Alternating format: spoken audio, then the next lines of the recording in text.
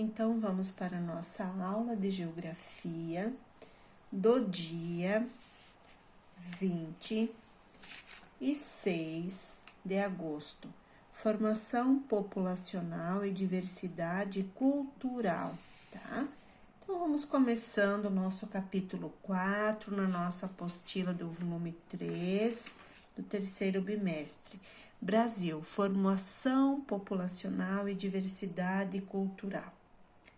Então, continuando com o nosso assunto sobre formação do povo brasileiro, aqui eu chamo atenção para vocês sobre essa imagem aqui, que eu considero ela bem importante, e é sobre isso que a gente vai estar estudando agora.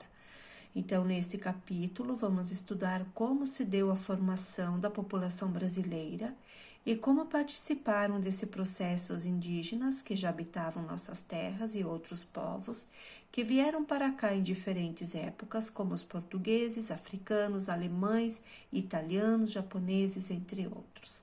Então, vamos lá.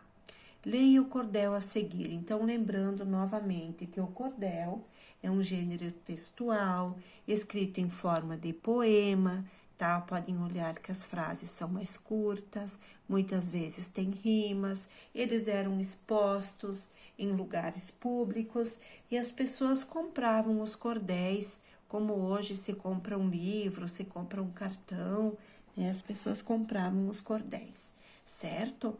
Então, o que nós temos nesse cordel aqui?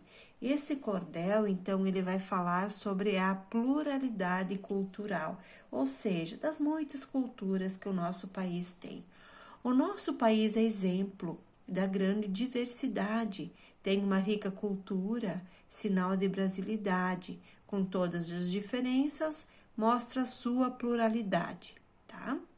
Terra dos muitos sotaques, cores e manifestações, e com as várias etnias, preservando as tradições, as diferenças existem entre as várias regiões. Com todas as etnias que presentes aqui estão, o negro, branco, índio, formaram esta nação. Os brasileiros são frutos desta miscigenação, ou seja, dessa mistura. E aqui vocês têm uma tarefa bem interessante para fazer. Retrata a diversidade cultural do Brasil, transformando cada círculo em um rosto único. Então, agora seja bem criativo. Alguns têm algumas frases, né? Eu sou negro, eu sou amarelo, eu sou branca.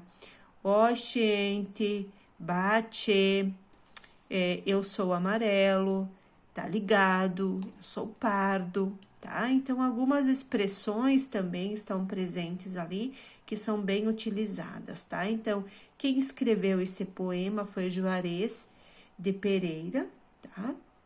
Escreveu esse cordel. Muito bem. Continuando, então, agora nós temos algumas perguntas na seção Diga aí. Troque ideias com os colegas e professor sobre as questões a seguir. Qual é o título do cordel? Que assuntos são tratados no texto? E que grupos participaram da formação da nação brasileira? Então, a partir dessas perguntas, nós vamos entrar no nosso assunto. Letra D. De que lugares esses grupos vieram? Procure no dicionário o significado da palavra etnia e registre-o no espaço a seguir. Então, etnia é população ou grupo de pessoas que têm características comuns, tanto físicas, que são a cor da pele e cor dos olhos, tamanho, né?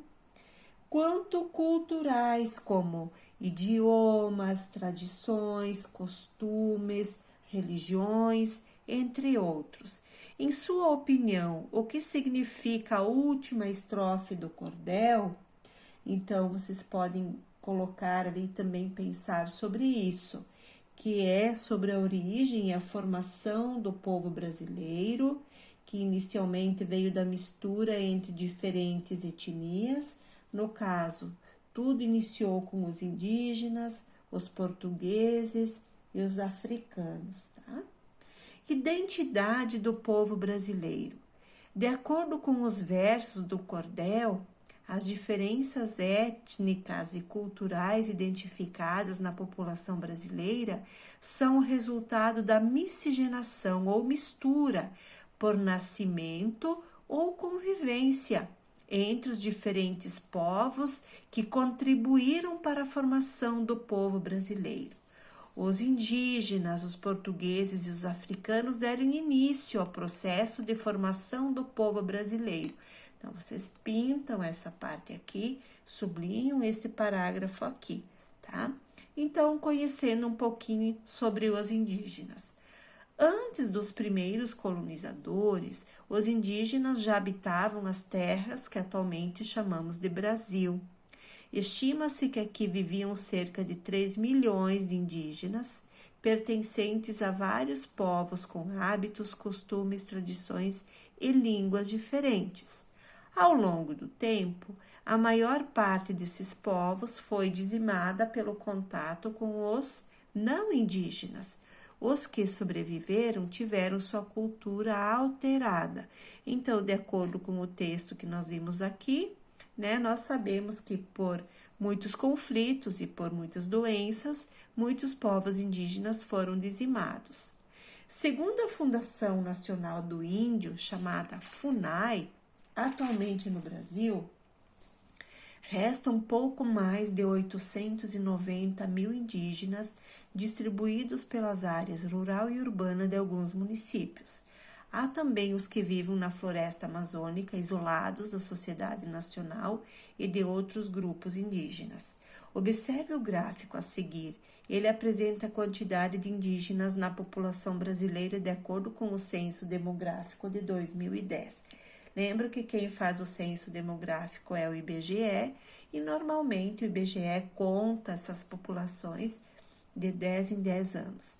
A FUNAI é o órgão indigenista oficial do Estado brasileiro. Sua missão é proteger e promover os direitos dos povos indígenas no Brasil. Então, esse é o papel, essa função da FUNAI. Quantidade de indígenas na população brasileira. Então, nós temos aqui um total de 896.917 indígenas em terras indígenas, então a parte mais esverdeada, 517.383, e fora das terras indígenas tem mais 379.534, tá? Cada quadradinho desses representa 10 mil pessoas, ok? Continuando, então, de acordo com o gráfico, a maioria dos indígenas brasileiros vive, então, em terras indígenas ou fora. Nós já vimos que fora tem 379 mil e em terras tem 576 mil. Então, a maioria está em terras indígenas que são repassadas pelo governo federal e fica como patrimônio para os povos indígenas. Você sabia? Do total de 896.917 indígenas brasileiros, dados de 2010, 324.834 residem em áreas urbanas. Em geral, eles trabalham, vão à escola e falam a língua portuguesa. Isso, no entanto, não quer dizer que eles abandonaram seus valores, crenças e tradições. Estudantes guaranis, Caiová em desfile de comemoração ao 7 de setembro em Amambai, Mato Grosso, foto de 2012. Tá? Então, eles também participam de alguns momentos e de alguns eventos que podem estar acontecendo. Agora, vocês também têm duas imagens aqui. Uma delas é a vista aérea da aldeia Ayá, da etnia Calapalo, terra indígena em Querência, Mato Grosso, 2018. Tá? E vista aérea da aldeia Vendaval, da etnia Ticuna, terra indígena Évareum, Alto Solimões, em São Paulo de Oliveira, em São Paulo de Olivença, no Amazonas, foto de 2018. Então, aqui vocês têm diferentes situações, mas são povos indígenas que habitam aqui. Então, diferentes culturas, diferentes modos de construir. Terras indígenas. Terras indígenas são áreas demarcadas pelo governo, tradicionalmente habitadas pelos indígenas e utilizadas para suas atividades produtivas, com os recursos ambientais necessários para o bem-estar e a reprodução física e cultural conforme seus usos, costumes e tradições. Mesmo sendo um direito dos povos indígenas, eles sofrem com a invasão de grande parte de suas terras por pessoas que querem explorar seus recursos.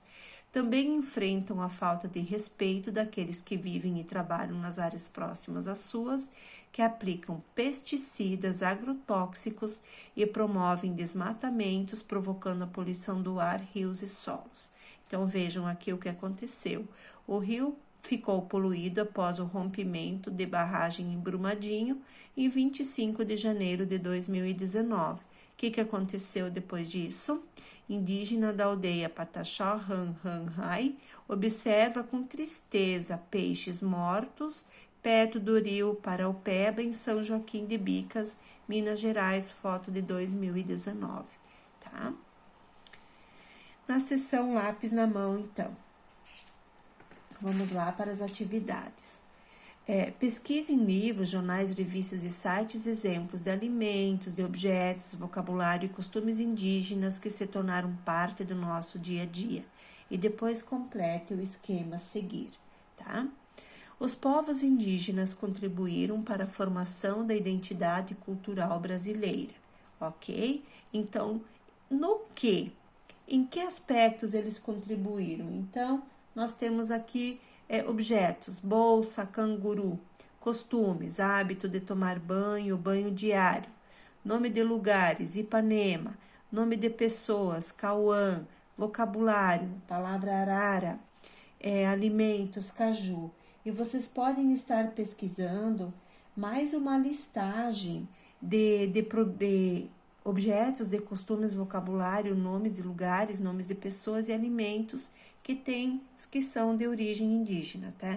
No Brasil, nós temos muitas palavras que fazem parte do nosso vocabulário, que têm origem na língua indígena, tá? Então, vocês podem estar pesquisando e completando aqui, ó, pelo menos mais 2 ou 3, conforme as linhas que se apresentam. Exercício 2. Continue sua pesquisa agora procurando informações sobre quais são os povos indígenas brasileiros. Nós estudamos isso no segundo bimestre. Vocês têm na apostila um mapa, inclusive, onde mostram quais são os principais troncos étnicos, quer dizer, de quais tribos eles vieram. Então, a grande maioria da tribo Tupi-Guarani, né, que é um dos principais troncos, né, étnicos dos indígenas. As unidades federativas em que estão localizados, nós temos muito no Mato Grosso, nós temos muitos no Amazonas. Como é a vida nas terras indígenas? Então, a vida nas terras indígenas é de acordo com a tradição, eles plantam, colhem, estudam, trabalham, né? Como são as escolas indígenas? Geralmente, elas são escolas adaptadas para eles, né? Um pouco diferentes das nossas, mas elas também têm conteúdos e a maioria delas também ensina a língua portuguesa. E como vivem os indígenas nas áreas urbanas? Então, de acordo com o que nós vimos na aula, eles estudam, eles trabalham, eles falam a língua portuguesa e também participam de algumas comemorações e eventos que o Brasil tem por tradição, como, por exemplo, o desfile de 7 de setembro. E outras informações que você descobrir pode estar registrando também. Então, aqui nós temos mais uma informação. Existem hoje 305 etnias e 274 línguas indígenas. Então, nós temos no Brasil muitas coisas da cultura indígena presentes. Então, se a gente vai fazer uma pesquisa, nós vamos estar constatando isso. Então, cada um procura responder essas questões com algumas informações, tá? Muito bem, agora sugere aqui para ser escrito um texto coletivo, tá? Sobre como vivem os povos indígenas brasileiros. Então, vocês vão respondendo essas questões aqui e vão enviando foto dessa página para a prof, e que depois, no final de tudo, nós podemos reunir as informações e aí a gente consegue até produzir um texto coletivo, e eu posso estar produzindo, juntando as informações e produzindo texto e retornar esse texto para vocês, tá? Vai ficar um trabalho bem interessante. Vamos ver então a geografia na prática. Então, vocês têm material de apoio para buscar mapas, certo? E esse mapa, quem sabe, vai ajudar vocês lá na questão 2. Completa as informações do mapa 1 Brasil, distribuição da população indígena 2010, pintando as unidades federativas de acordo com a legenda. Depois vocês vão escrever o nome da unidade federativa onde você mora, tá? E aí, nós moramos na unidade federativa de Santa Catarina, e você vai conferir ali a quantidade de indígenas que vivem no nosso estado. Que informação o mapa 2 apresenta? Então, vocês colocam que ele vai apresentar a localização das terras indígenas no território brasileiro. Questão 4. Na unidade federativa onde você mora, há atualmente terras indígenas? Pesquise, se houver, registre os nomes delas, das etnias das quais fazem parte e dos municípios onde se localizam. Então, nós temos as terras indígenas para vocês pesquisar, as etnias e os municípios onde elas estão. Então, procurem Santa Catarina, terras indígenas, e coloquem ali de uma forma bem resumida algumas informações. 5. De acordo com os mapas 1 e 2, marque X nas afirmativas corretas. Então, os dados do Censo Demográfico de 2010 revelaram que há populações indígenas em todas as unidades federativas brasileiras. Então, nós temos essa informação como sendo verdadeira. Grande parte da população indígena brasileira reside no Amazonas, unidade federativa onde se localiza a maior parte das terras indígenas, também é correta, e as unidades federativas com poucas terras indígenas correspondem às áreas com população entre 10 e 20 mil habitantes, que se declaram ou se consideram indígenas, de acordo com o Censo Demográfico de 2010. Não é correto. Vamos brincar? Decifre o enigma, seguir e descubra o nome de um legume que é a base da alimentação e da economia de muitas comunidades indígenas brasileiras, tá? Então, vou deixar para vocês descobrir o que é isso, tá? Então, nós temos uma manga, nós temos um dinossauro e nós temos uma paçoca, deve ser aqui, né? Alguma coisa assim. Então, vocês vão descobrir que palavra nós vamos ter aqui, certo? Que é o nome de um legume bem conhecido na nossa região, bem conhecido, que nós usamos também na nossa alimentação. Então, nossa aula de geografia termina aqui. Nós não temos atividades no livro de atividades, tá bom? Boa aula!